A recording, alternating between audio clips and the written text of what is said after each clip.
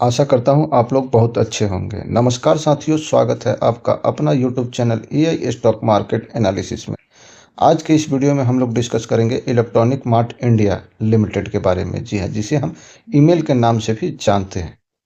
तो last trading session में इसकी क्लोजिंग हुई है लगभग 1.5% गेन के साथ, जो कि क्लोजिंग प्राइस निकल के आई है ₹157 के समथिंग में। और यहीं पे अगर 5 ट्रेडिंग सेशन में देखते हैं तो मामूली डाउनफॉल देखने को मिल रहा है। और यहीं पे अगर एक मंथ के चार्ट पे देखते हैं तो इसमें लगभग 5% का डाउनफॉल देखने को मिल रहा है। और यदि 6 महीने में देखें तो ज़बरदस्त गिरावट का शिकार हुआ है, लगभग 26%। तो अभी फिलहाल मार्केट का जो सेंटीमेंट है वो लगभग नेगेटिव ही चल रहा है, जिसकी वजह से सभी स्टॉक में डाउनफॉल देखने को मिल रहा है। वहीं 1 ईयर पे देखते हैं तो इसमें भी सेम डाउनफॉल देखने को मिल रहा है। तो इस स्टॉक के बारे में आज हम लोग डीपली एनालिसिस करेंगे, जिसमें पहले हम फंडामेंटल देखेंगे, देन टेक्निकल, उसके बाद में प्राइस एक्शन। तो वीडियो के अंत तक बने रहिएगा, तभी जाके आपको सारी चीज़ें समझ में आएंगे। तो आशा करता हूँ आप बने रहेंगे। इससे पहले आप लोगों से रिक्वेस्ट है कि अगर चैनल पर फर्स्ट टाइम विजिट किए हैं तो कृपया चैनल को सब्सक्राइब करें और बेल आइकन को प्रेस करें, ताकि इस तरह की वीडियो की नोटिफिकेशन आप तक पहुँचती रहे। तो चलिए देर न करते हुए चलते हैं सीधे अपने टॉपिक पे। तो जैसे कि हमें देखने को मिल रहा है, लास्ट ट्रेडिंग सेशन में लगभग 9.5 लाख इक्विटी का लेन देन हुआ है। अगर रुपए में बात करें तो लगभग 14.5 करोड़ का कारोबार हुआ है। यहीं अगर डिलीवरी में क्वांटिटी देखते हैं तो नियर अबाउट 70% डिलीवरी में माल उठा है आज के ट्रेडिंग सेशन में। 52 वीक हाई की बात करें तो 9 जुलाई को इसने 52 वीक हाई 262 का लगाया था। वहीं 52 वीक लो की बात करें तो 13 जनवरी यानी अभी हाल ही में ₹147.50 का लो लगाया है इस स्टॉक ने। और अगर बात करें इसकी मार्केट, कंपनी करती क्या है, डाइवर्सिफाई रिटेलिंग का काम है इस कंपनी का। जी हाँ, तो चलिए हम सबसे पहले, ये तो हमने आज देख लिया कि आज का ट्रेडिंग सेशन में क्या हुआ है। इसके बाद अब हम चलते हैं सीधा फंडामेंटल चेक करने के लिए। जी हाँ साथियों, फंडामेंटल चेक करने के लिए हम लोग आ गए हैं साइड पे, जहाँ इसकी मार्केट कैप 6039 करोड़ का दिख रहा है। यहीं पे स्टॉक का करंट पी देखते हैं तो नियर अबाउट 33 का दिख रहा है। इंडस्ट्रीज पी देखें तो 52.2 का है। और इंडस्ट्रीज पी और स्टॉक पी में कंपेयर करते हैं तो स्टॉक का पी अभी डाउन है, यानी ये हमें पता चल रहा है कि स्टॉक अभी करंट चिप वैल्यू पे ट्रेड करता हुआ नजर आ रहा है। आरओसी देखें तो नियर अबाउट 12.5 का है और आरओई नियर अबाउट 14.5 का है। बुक वैल्यू की बात करें तो 38.2 का है। करंट मार्केट प्राइस जैसा कि हम लोगों ने देखा 157 समथिंग में है। वहीं कंपनी की फेस वैल्यू 10 का है और कंपनी के ऊपर जो कर्ज है वो लगभग 1490 करोड़ का है। और कंपनी के पास जो कैश अवेलेबल है नियर अबाउट 47 करोड़ कैश है, यानी कैश और डेप्थ की कंपेयर में कंपनी के ऊपर डेप्थ बहुत ज़्यादा है। ये यहीं पे अगर कंपनी का पिछले 3 साल का परफॉर्मेंस देखते हैं तो इसमें जो पी रेशियो निकल के आता है मीडियम पी 37 का, जिससे ये अभी चीपर वैल्यू पर ट्रेड करता हुआ नजर आ रहा है। और यहीं चूंकि ये कंपनी अभी हाल ही में लिस्टेड हुई है, तो हम अगर एक साल का देखते हैं तो एक साल में नियर अबाउट 43 का पी है, जो कि अभी 33 के समथिंग में ट्रेड करता हुआ नजर। तो पी रेशियो से ये पता चल रहा है कि कंपनी अभी अपने चीपर वैल्यू पे अवेलेबल है, जो कि सबसे नीचे दिख रहा है। यही कंपनी के कुछ प्लस पॉइंट है, कुछ माइनस पॉइंट है। प्लस पॉइंट और माइनस पॉइंट आप रीड कर सकते हैं। और यदि पेयर कंपनी की बात करें तो इस लिस्ट में 8 कंपनी है और आठों में सबसे छोटी कंपनी मार्केट कैप के हिसाब से 8वें नंबर पे नज़र आ रहा है। यहीं सेल ग्रोथ देखें तो लगभग 15% का है। और प्रॉफिट ग्रोथ देखते हैं तो ये लगभग 18% प्रॉफिट ग्रोथ है। तो ये सेल और प्रॉफिट ग्रोथ हमने देखा। और अब यहीं पे क्वार्टरली रिजल्ट अगर हम देखते हैं तो जी हाँ, इसमें कंपनी के पास जो भी नंबर जारी किया है कंपनी, इसमें बहुत ज़्यादा फ्लक्चुएशन है। ऐसा नहीं है कि कंपनी कंटिन्यू एक रफ्तार से अप ट्रेंड में चल रही है या डाउन ट्रेंड में चल रही है। जैसा कि हम लोग देख पा रहे हैं, जून 2023 में कंपनी का नंबर लगभग 1700 करोड़ के समथिंग में था और इस नंबर को कंपनी ने दिसंबर में इससे भी प्लस करके जारी किया, जो कि 1775 करोड़ था। उसके बाद जून में, जैसे कि हम लोग को देखने में मिल रहा है, इस साल भी जून में अच्छी रिजल्ट दी थी कंपनी ने और पिछले साल भी जून में अच्छा रिजल्ट आया था। वहीं सितंबर की अगर बात करें तो सितंबर में भी जून के कंपेयर में डाउन रिजल्ट था और इस साल भी सितंबर में जून के कंपेयर डाउन रिजल्ट है। यहीं अगर दिसंबर में बात करें तो कंपनी ने लाजवाब परफॉर्मेंस किया है पिछले साल दिसंबर में, जैसा कि अब देख पा रहे हैं 1775 करोड़ का, 1775 करोड़ का, यानी पीछे के जितने भी सारे सेल थे उसको बिल्ड किया है कंपनी ने। वहीं इस बार का जो दिसंबर क्वार्टर है, इसमें उम्मीद ये जताई जा रही है कि कंपनी अब तक का सबसे हाईएस्ट सेल का नंबर कंपनी जारी करने वाली है। वहीं जब कंपनी का कंटिन्यू सेल ग्रोथ हो रहा है तो कंपनी का एक्सपेंस भी ग्रोथ हो रहा है। हाँ, ये है कि अगर हम कंपेयर करें तो अगर हम क्वार्टर टू को ही नंबर से कंपेयर करते हैं तो क्वार्टर ऑन क्वार्टर अगर हम सेल के नंबर भी कंपेयर करते हैं तो क्वार्टर ऑन क्वार्टर कंपनी ने अच्छे नंबर जारी किए थे।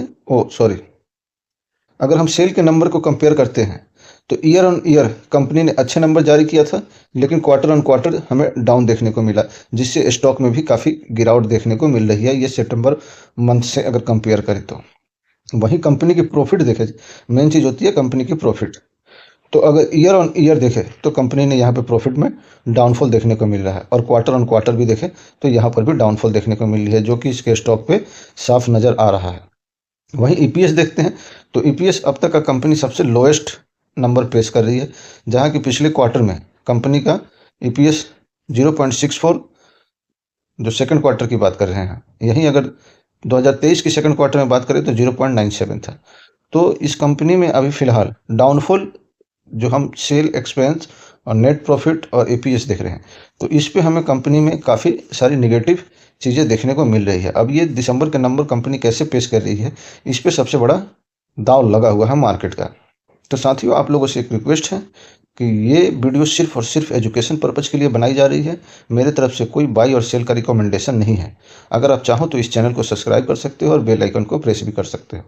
वहीं कंपनी का कंपाउंडिंग सेल ग्रोथ देखते हैं तो 5 साल का डाटा अवेलेबल है, जो कि 5 साल में 31%, 3 साल में 25% और 1 साल में 15%। वहीं कंपाउंडिंग ग्रोथ देखें तो कंपनी ने अच्छे नंबर पेश किए हैं। और अगर स्टॉक प्राइस CAGR देखें तो इसमें नेगेटिव हमें देखने को मिल रहा है। रिटर्न ऑन इक्विटी देखें तो ऑलमोस्ट बहुत बढ़िया तो नहीं कह सकते, लेकिन हाँ, ठीक ठाक नंबर कंपनी ने जारी किए हैं। अब आइए हम देख लेते हैं शेयर होल्डिंग पैटर्न। इससे पहले जरा कंपनी के ऊपर जो कर्जे हैं वो देखते हैं। 108 करोड़ का कंपनी के लाइबिलिटी है। वहीं कंपनी के पास रिजर्व जो है वो 1084 करोड़ का है।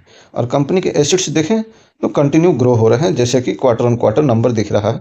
3067 करोड़ लास्ट क्वार्टर में, यानी क्वार्टर टू में कंपनी ने अपने एसेट्स जारी किए थे। अब आइए देखते हैं शेयर होल्डिंग पैटर्न। तो प्रमोटर की होल्डिंग सितंबर यानी इस साल के सेकेंड क्वार्टर में डाउन कंपनी ने किया है, जो कि अपने लगभग 73% के होल्डिंग से कंपनी ने लगभग 7% से ज़्यादा अपनी होल्डिंग डाउन करके यहाँ पे 65% पे आ गई है। ये एक सबसे बड़ा डाउनफॉल देखने को मिल रहा है, जो कि नेगेटिव है। अगर प्रमोटर अपना स्टेक बेच रहा है, सेल आउट कर रहा है, तो इसके पीछे कुछ ना कुछ बात है। कंपनी से कोई अपनी हिस्सेदारी क्यों बेचेगा। इसी में एफआई को देखते हैं तो एफआई थोड़ा सा इंटरेस्टेड इसमें दिख रहे हैं, क्योंकि उनका स्टेक कंटिन्यू बढ़ता हुआ दिख रहा है। जहां कि सितंबर 2022 में इनके पास लगभग 2.5% स्टेक होता था, आज वो बढ़ के 9.25% पे हो गया। डीआई की बात करें तो डीआई के पास क्वार्टर टू में लगभग 19% स्टेक होता था, जो कि अब घट के लगभग 18% पे आ गए हैं। वहीं पब्लिक की बात करें तो पब्लिक का स्टेक सितंबर 2022 में लगभग 12% हुआ करता था, जो कि धीरे धीरे डाउन होते हुए जून 2024 में एक टाइम था जब ये 5.12 का लेवल टच किया था, और वहां से फिर एक जंप देखने को मिल रही है, जहां से प्रमोटर ने अपना स्टेक डाउन किया है। पब्लिक के पास लगभग 8% स्टॉक पहुंचता हुआ दिखाई दे रहा है। तो ये तो थी फंडामेंटल इसके। अब हम आगे देखते हैं इसमें बिग प्लेयर क्या कर रहे हैं। म्यूचुअल फंड वालों की तरफ से क्या इस स्टॉक में खरीदारी हो रही है या नहीं हो रही है। प्लस पॉइंट तो यही दिखेगा हमें। चलते हैं सीधा म्यूचुअल फंड के चार्ट पे। तो जी हाँ साथियों, अब हम लोग आ गए हैं म्यूचुअल फंड के डाटा देखने के लिए साइड पे। तो जैसे कि जून में हमें देखने को मिला है, यहाँ पे म्यूचुअल फंड की तरफ से सेलिंग हुई है, और वहीं अगस्त में म्यूचुअल फंड वालों की तरफ से ज़बरदस्त बाइंग हुई है। सितंबर में भी हमें डाउनफॉल देखने को मिल रहा है, का नंबर हमें देखने को मिल रहा है सितंबर मंथ में। अक्टूबर की बात करें तो हल्की बाइंग इसमें म्यूचुअल फंड की तरफ से हुई है, लेकिन नवंबर में वहीं फिर सेलिंग का नंबर देखने को मिल रहा है, और दिसंबर में तो ज़बरदस्त सेलिंग किया है म्यूचुअल फंड वालों ने। तो इनको भले इसमें इस कंपनी में कुछ डिसएडवांटेज दिख रहा हो, लेकिन हमें इसमें पॉजिटिव देखना है। मिराज एसिड्स ग्रेट ने लगभग इसमें सेलिंग किया है 0.73% का, 2,79,09,894 इक्विटी का सेलिंग हुआ है। वहीं बाइंग का जो नंबर आया है वो SBI mutual cap fund regular growth ने बाइंग किया है 3,80,00,000 इक्विटी का, जो कि 0.99% होता है। और मिराज ने सेलिंग किया है, यानी दिसंबर मंथ में एसबीआई ने ज़्यादा बाइंग किया है अगर कंपेयर टू मिराज एसिड से।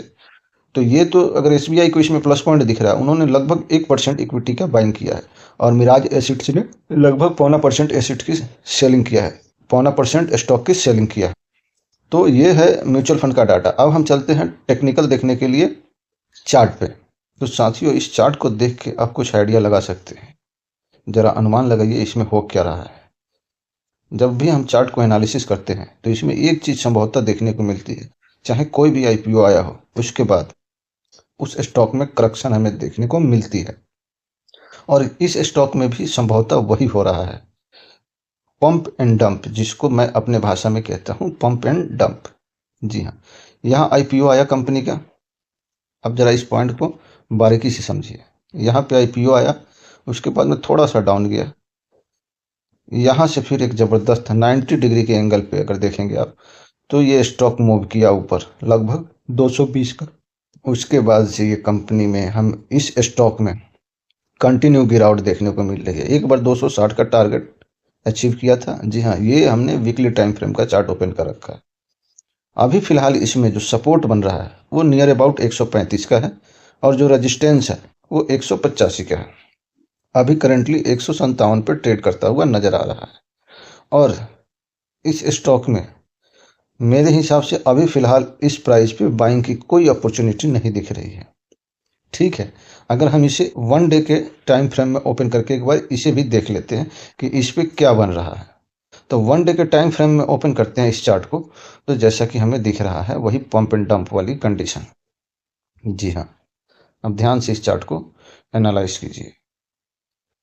तो स्टॉक ने 185 का रेजिस्टेंस, अगर हम कहें 160-70 का, तो एक बार टच करके और यहाँ से रिवर्सल दिया था, लेकिन ये सपोर्ट इसके किसी काम का नहीं रहा, जो कि अब ये रेजिस्टेंस में कन्वर्ट हो गया है।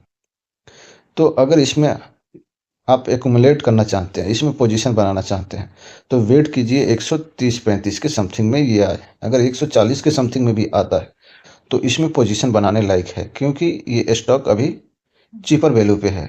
इसकी पी जो है वो अभी डाउन है, और इस बार जो दिसंबर का आंकड़ा जारी करेगी कंपनी, उसमें एक अच्छा उछाल देखने को मिल सकता है, जिसके आधार पे मैं ये कह सकता हूँ कि ये स्टॉक में आने वाले दिनों में मूव देखने को मिलेगा, जैसा कि हम लोगों ने फाइनेंशियल में देखा।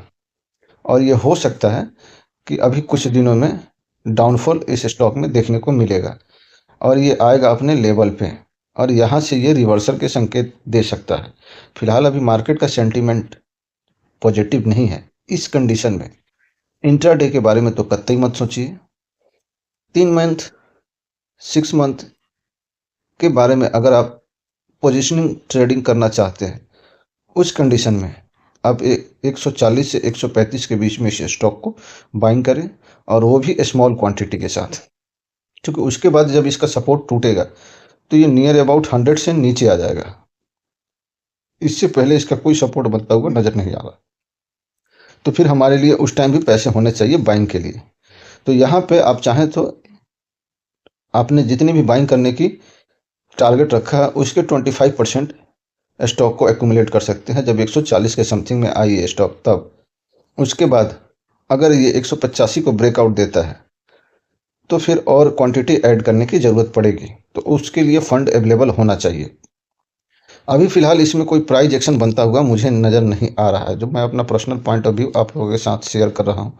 इसमें मुझे अभी कोई पॉजिटिव संकेत नहीं मिल रहा है कि इस स्टॉक में अब रिवर्सल आएगा। अगर हम देखें पीछे का ट्रैक रिकॉर्ड, तो ये एक अपने सपोर्ट के पास, मेजर सपोर्ट तो नहीं कहेंगे लेकिन माइनर सपोर्ट के पास क्लोजिंग हुआ है। तो इससे हमें एक आइडिया मिल रहा है कि हो सकता है आने वाले दिनों में अगर ये यहाँ से डाउन भी जाता है तो ज़्यादा गिरने के चांसेस कम हैं, ऊपर जाने के चांसेस ज़्यादा हैं।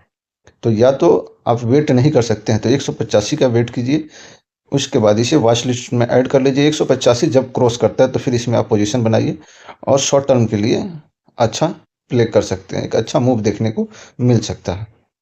तो इस स्टॉक के बारे में ये मेरा पर्सनल पॉइंट ऑफ व्यू है। आइए अब हम इसका टारगेट देखते हैं कि आने वाले 1 साल में इस स्टॉक में क्या हो सकता है, उसका टारगेट क्या निकलता है। जो इसमें जो टारगेट निकल के आ रहा है। डाउनफॉल तो एकदम इसका लिमिटेड है, जो कि हमने आपको सपोर्ट के तौर पे बताया हुआ है। और इसमें जो मिनिमम टारगेट है 2025 का, वो है 200 का। जो मिनिमम टारगेट है इस साल के अंदर में, आप देख सकते हैं 1 year target forecast electronic mart India have a maximum estimate of 280 and minimum 200। तो अगर मैक्सिमम ये मूव करेगा तो 77% रिटर्न यानी 280 इस साल के अंत तक देखने को मिलेगा। और एवरेज रहा तो 240 तो ज़रूर टच करेगा, इसमें कोई दो राय नहीं है। मेरी भी एक्सपेक्टेशन यही है कि इस साल के अंत तक, और अगर नॉर्मल भी रहता है तो 200 पे आ जाएगा। तो ये स्टॉक मेरे पर्सनल पोर्टफोलियो में है, आप चाहें तो जाके शॉर्ट्स वीडियो में वॉच कर सकते हैं। तो आपके पास ईमेल का कितने इक्विटी अवेलेबल है, कृपया कमेंट करके ज़रूर बताएं। या बाइंग करने की प्लानिंग कर रहे हैं तो कमेंट ज़रूर करें। मिलते हैं अगले वीडियो में, तब तक चलते चलते एक बार फिर आप लोगों से रिक्वेस्ट है कि चैनल पर फर्स्ट टाइम विजिट किया है तो चैनल को सब्सक्राइब करें और बेल आइकन को प्रेस करें। आप इस वीडियो को आज यहीं पाइंड अप करते हैं, तब तक अपना ख्याल रखिएगा। जय हिंद, वंदे मातरम, भारत माता की जय।